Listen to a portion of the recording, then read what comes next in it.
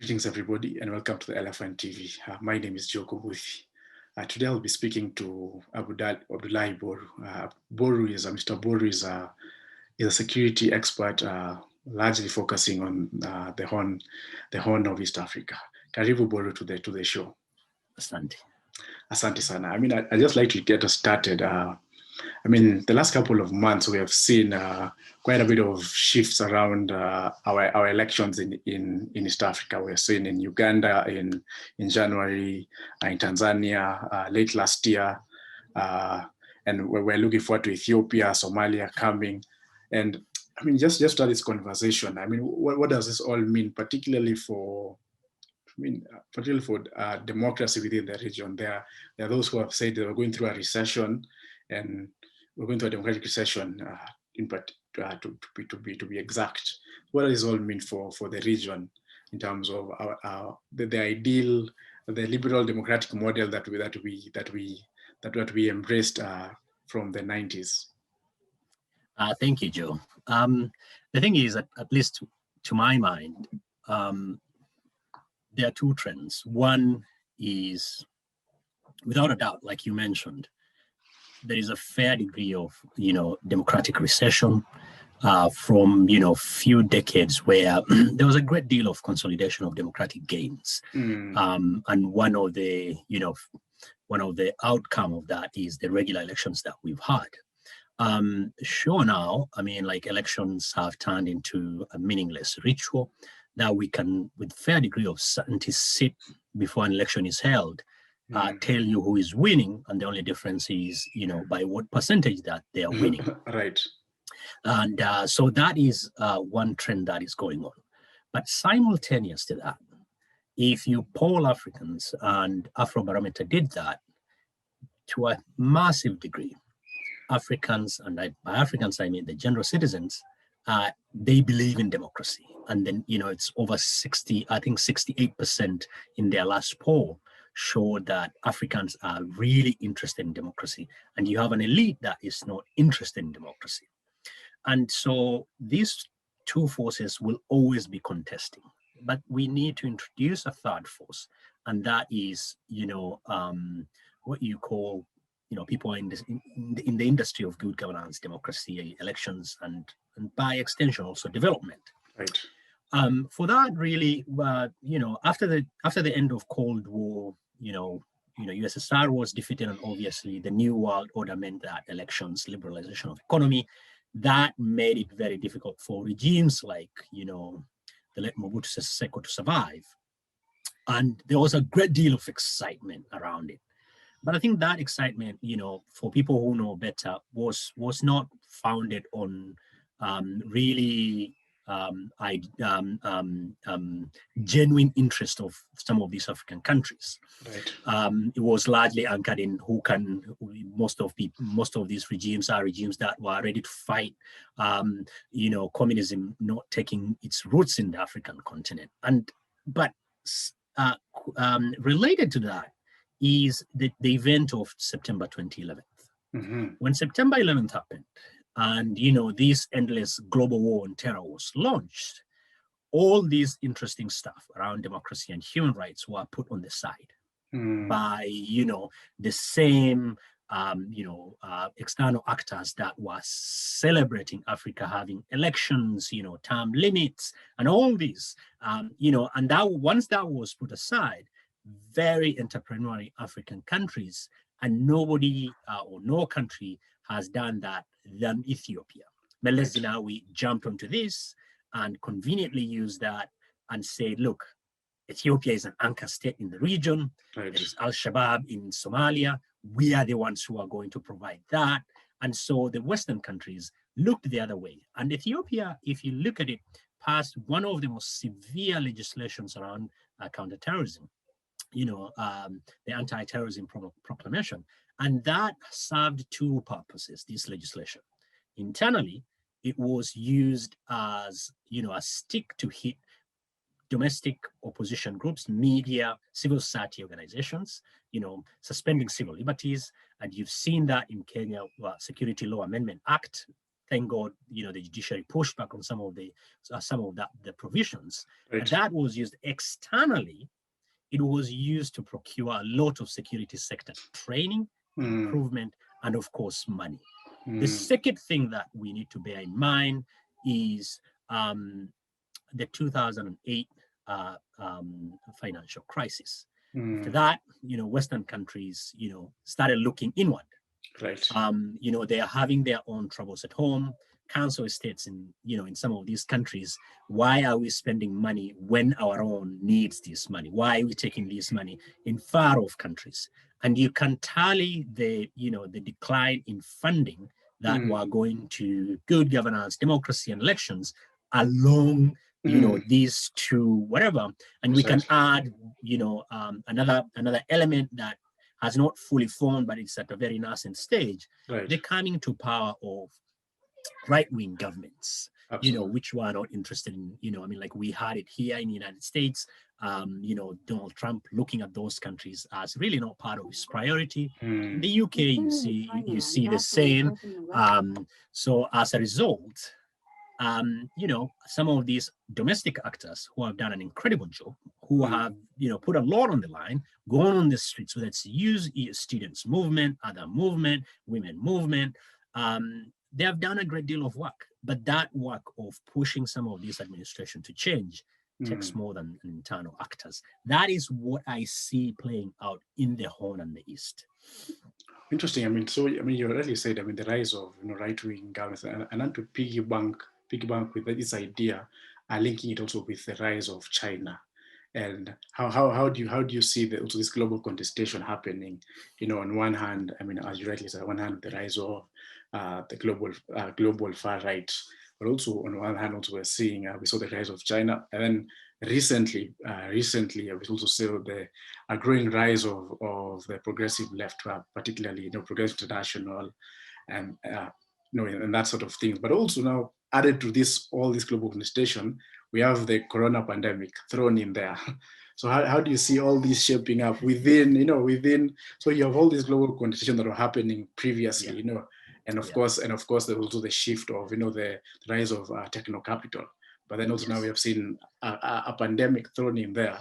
And how do you think it has shaped now this whole thing within the region?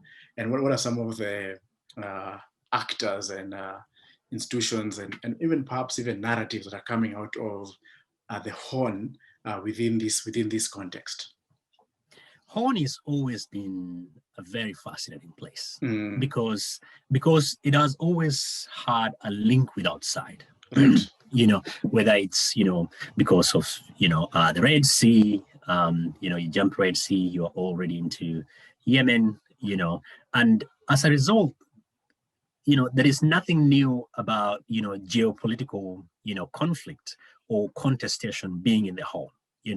I tend to remind myself that 79, 78, 79, 78, 79, the Ogaden War was one of the most crystallizing effect of that. USSR that was supporting Siad Barre in Somalia shifted their weight to Ethiopia, and the United States the same, and that shifted the war. Yemen before was one country.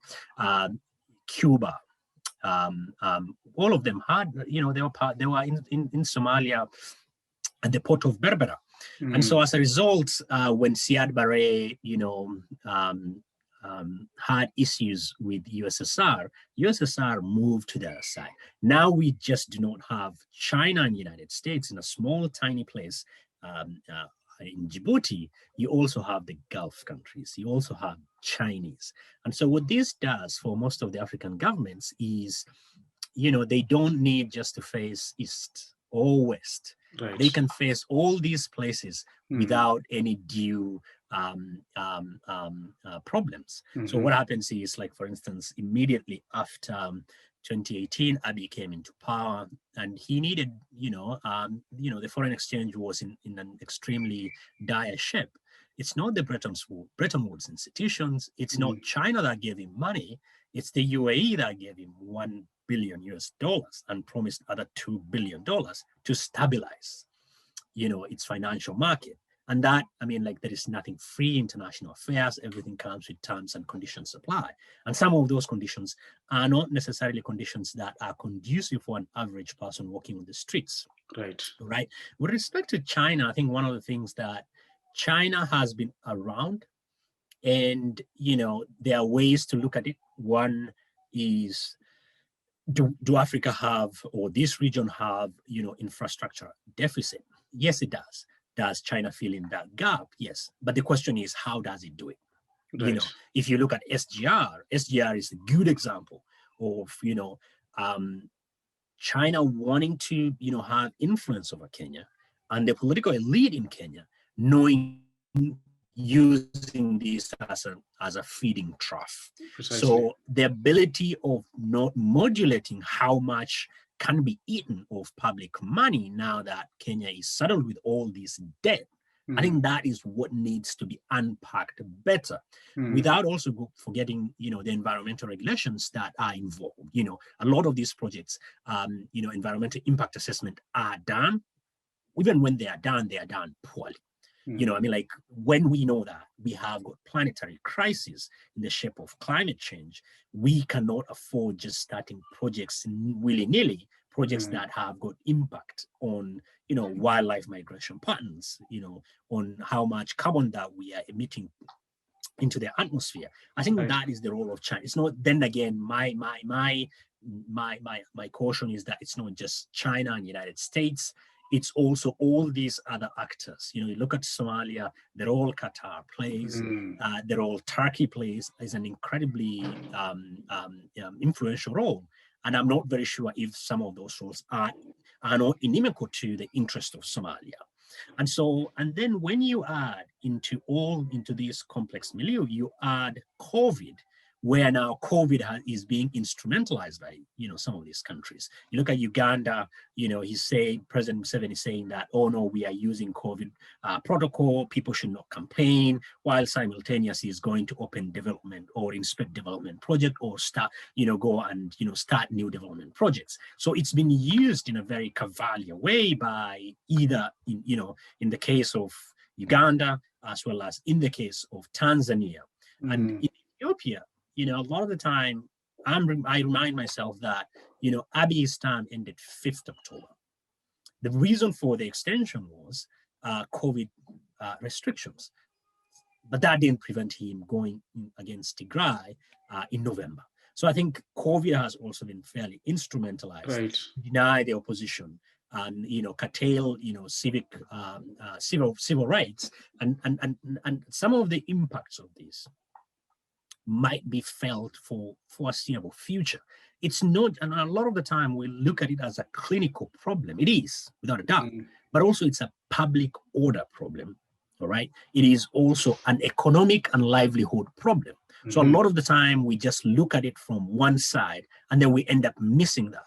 You know, last week, Missing Voices, Coalition of Human Rights Organizations in Kenya, produced a report on killings by the police. I think 157 people were killed by the police. And if you look at the data, enforcement of, you know, COVID protocols led, during that time, the police killed quite a number of people in the name of enforcing, you know, the dawn to dusk curfew. And, you know, I mean, like, we are having another one announced yesterday by the president. So you're looking at how COVID is no longer just, you know, an issue that you need to get your jab, you need to be tested, but it has got implications on all these elements. And that will be with us even after, you know, we are vaccinated or not. Interesting. I mean, that's a really tight analysis.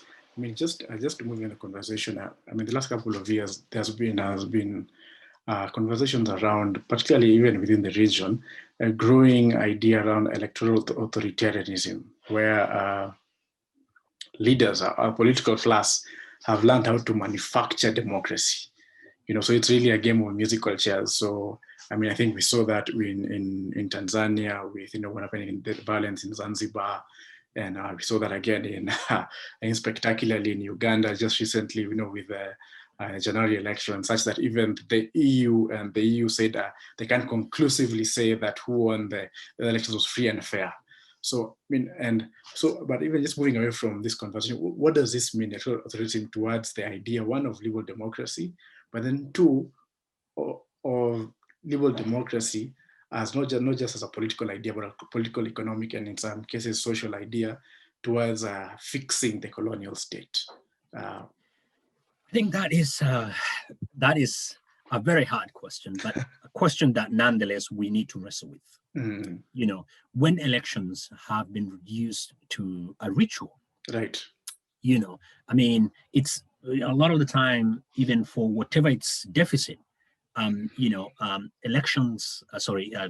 democracy. Right. Election is just one element, but you know what some of these leaders have very cleverly, done is to ensure that at least this one thing we will be able to win regardless of how, and then we'll say our people have elected us.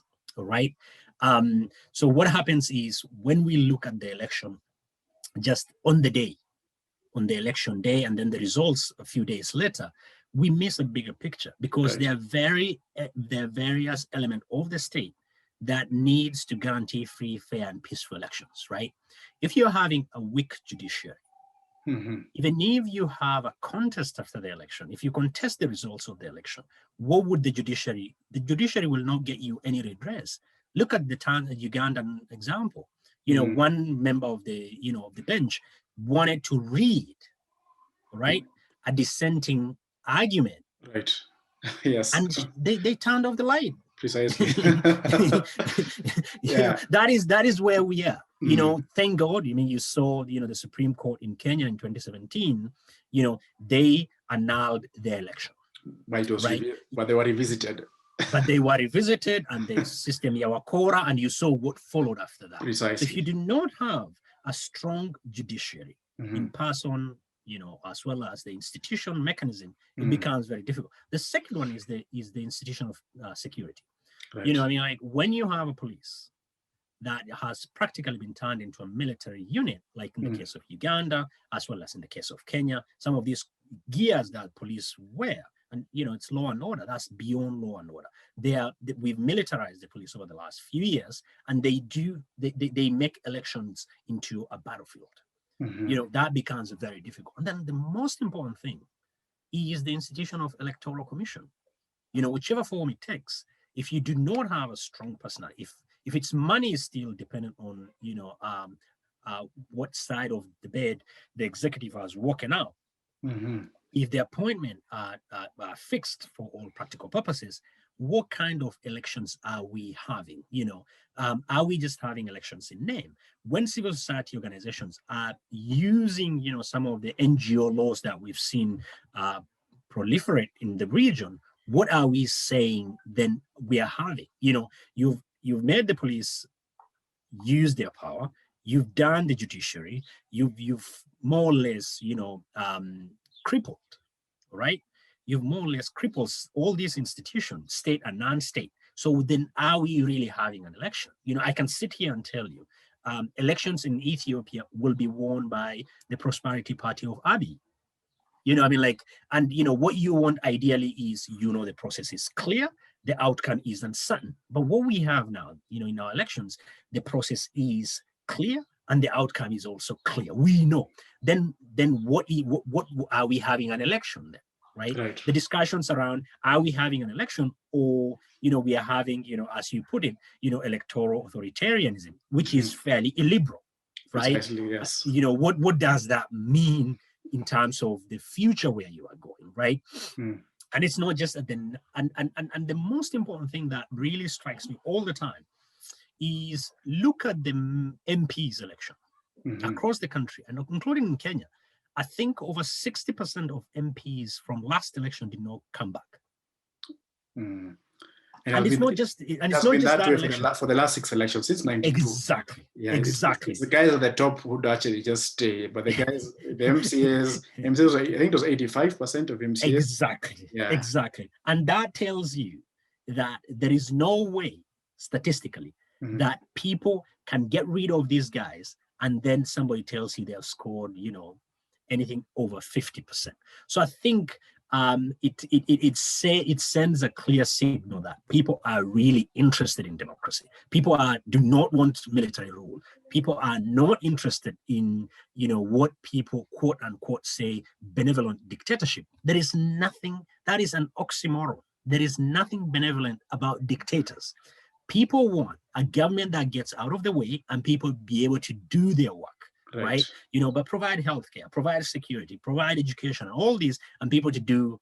And for a lot of the countries in the region, election, people invest their hopes, their fears, and their dreams in election. Precisely. Because we've sold election as this amazing antidote to all of our problems. Precisely. Exactly. And a lot of time, people, I think we need to step back and tell people, look, it might not. Even if it's done in free and fair way, it might not. We need to be aware of that. And that's why, as much as we invest in political processes, which we should, but also we need to think about, movement, student movement, the labor movement, our neighborhood movement. I mean, we need to think along those lines in order for us to be able to hold elections that are good, free and fair and peaceful, but also, that we have other means of keeping these guys in check. And like many people, when parliamentarians removed the recall clause for members of parliament, they knew what they were doing. Right. They knew they were not up to task. So I think we need to think that it's just one of the many tools that we can deploy, but we need to rethink, reimagine how we'll be able to work with this state that was given to us as it is, default, problematic as it is. What are ways we can begin to rework it? I'll touch on one little thing that you mentioned about, techno-authoritarianism. And for me, that is where probably, a lot of work needs to be done. Precisely. There is a great deal of people thinking that, all social problems can be reduced to algorithms and that can be thrown around. Absolutely. And all our problems will go away. You can see this obsession with people saying, oh no, election, during our elections, can we have, electronic registration, electronic voter registration, electronic transmission of results, all these things.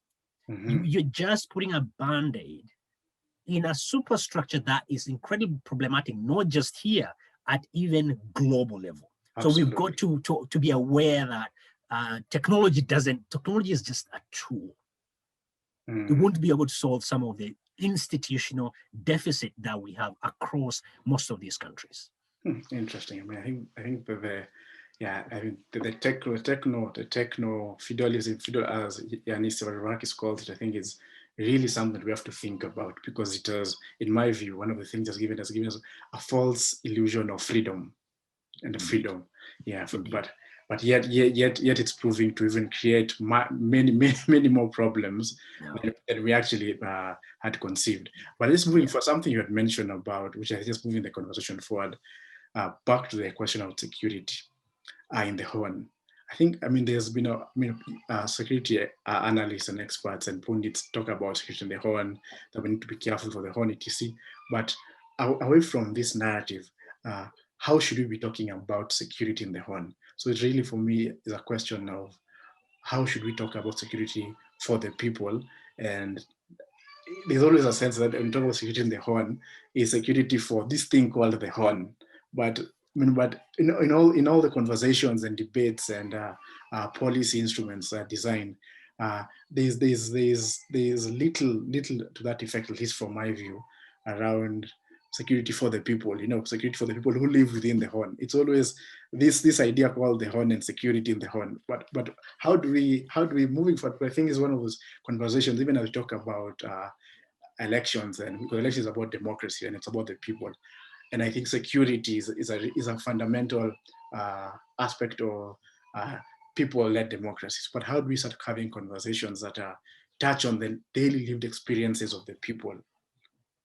I think as somebody who looks at the region, for obvious reasons, even outside work, I'm always fascinated.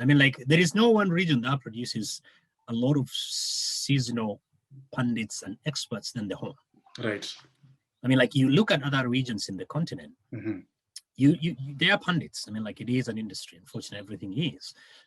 But the Horn, I mean, it has got these, this particular ability where everybody project their feelings, attitudes, some seasonal, some not. There is always a sense that there's something existential going on in the Horn. I mean, like, there's always a sense that there is a crisis in the Horn brewing.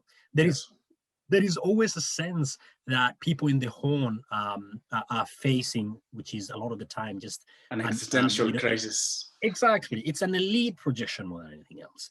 Does the region have problems? Absolutely. Show me a region that doesn't have problems. There are problems everywhere. But a lot of the time, when you, like you said, you take the people out of the equation, it becomes just, a very static, esoteric discussion that goes on here. It's, a cafe discussions, which now, takes place in social media platforms where everybody, is a Horn expert. But I think you're right. I mean, there is a need to center people in this region, and people who, I mean, like, they are facing, they are buffeted by incessant challenges consistently, some natural because of climate change, maybe alongside the Sahel region. This is one region that, the planetary change that we see because of human activities will, cause more problems. And that is because for a majority of people, pastoralism is their mode of production still, right?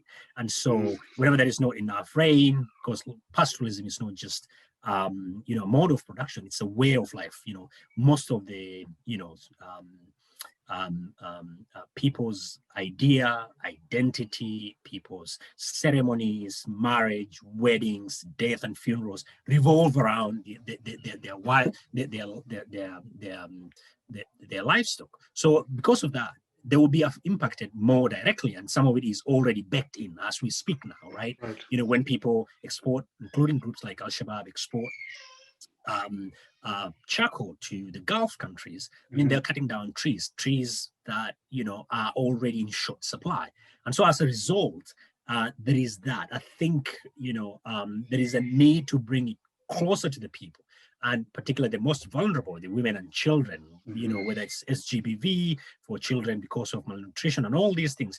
But I just want to say that all these things do not act, they act in concert. They don't act separately. So when you don't have a good state that, provides the function of the state as it were, ideal or not, when you have that, conflict is just one of the byproduct of, states that are fragile. Look at Somalia. A lot of people want to look at it as a poster child of the region, and then everybody looks at it and then, extrapolate to other countries in the region. But at the same time, there are places that are acting as an oasis. I mean, like, challenging the question that we were having a conversation about, the idea of nation state. Somaliland right now, I mean, like, you have festivals, book festivals, film festivals, and all these things going on.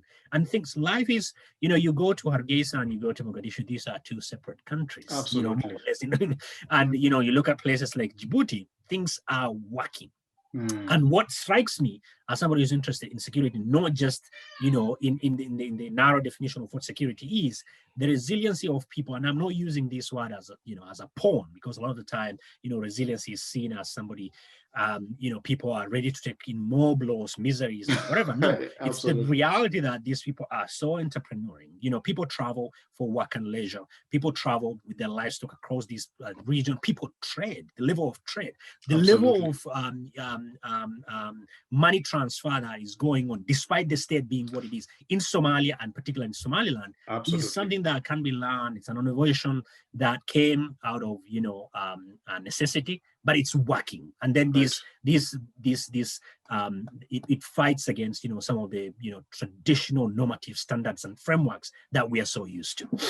Thanks for that. I mean, just my parting question is actually one question, is that then, I mean, as you're saying, you're really unpacking all these narratives and institutions, actors all working in concert. Then moving forward, I mean, because the conversation around elections in the Horn has to be tied within all these other layers and sub-layers of issues and players within. So then again, I'm not particularly around big narratives, but what are some of the narratives, even narratives and narrative options that we need to start having around how we start looking and thinking about the Horn, and not as this space that is, space that is of interest to people who don't even live here, but what are some of the local histories and narratives and even epistemologies that we need to start thinking about as we're thinking about the people who live within this space? I think that is a very important thing. I mean, like I was having this conversation with someone else, where we need to document the popular history of the region. There is. I mean, a lot of the time we spend a great deal of time trying to counter, the colonial and post-colonial histories, right. Because there's not one history. I mean, like having this popular history. Every time I'm struck as a Kenyan, whenever I travel in the region, work in the region, is how this, because of the nature of the state, there is what we call the signals cross. A lot of the time, people do not talk to each other. You meet somebody from Ethiopia, you speak to him, and you're like, why are we not talking to each other? I meet friends from Uganda, and I'm saying, why are we not talking together? And so sometimes the stovepiping of histories, identities is something that I consciously try to rethink, to reimagine. Right. I mean, personally, my grandparents are from Ethiopia, right? And every time I find somebody from the South, when we start having conversations around marginalization, just as a theme, the stuff that pops out from them and the discussion that I have, there is a great deal. There should be an opportunity to cross-pollinate a lot of some of these things that work in one countries, the histories and identities, rather than being blocked in some of these boxes where some people are in charge of the narrative generation and then they just release it out. Horn is the most unstable region in the world, right. But there are a lot of other wonderful things that needs to happen. And that for me is one important thing, the popular history of these people. I mean, I sit here and I listen to music from all these countries. Why is that not happening at a much grander scale? I can hear a bit of Oromo, by virtue of where I come from, but there is a lot that we need to learn from that. There is a great deal of oral history of this region. Yes. That hardly gets out there because it's not history, because it's not written. It's not official history. Right? And so, I mean, like, personally, what fascinates me is Ethiopia.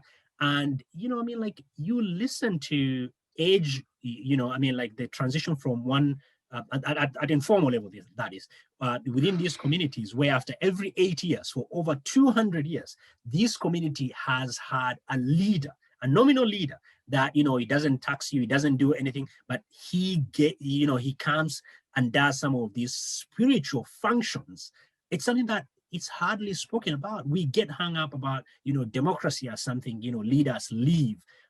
Within the Borana and the Oromo communities, at Bagada, for that 8-year period, there has never been one point where there has not been free transfer of power from one Abagada to another one. Precisely. But these are stories that we hardly hear. You go within the Somali communities, the oral history, the poetry, not just the songs, but the poetry within these communities is something that is outside, it will blow your mind if it's explained. Some of them cannot even be rendered in those languages that we consider official history language, right?